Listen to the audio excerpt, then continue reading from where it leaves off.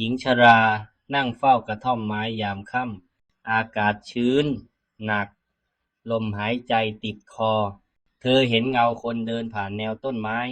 เสื้อผ้าเปื้อนดินเลือดกังแต่ก้าวเดินนิ่งเหมือนยังมีชีวิตหนึ่งในเงานั้นหันมาแผลฉีกเปิด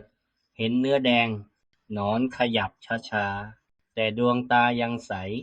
และยิ้มที่ไม่ควรมีกลิ่นคาวคุ้ง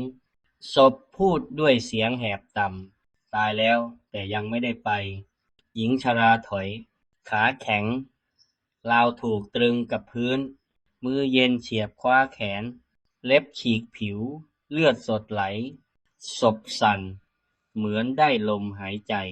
ผิวหนังตึงขึ้นมีสีเช้าหมอกบางพบหญิงชรานอนนิ่งแห้งซีดไร้เลือดในป่ามี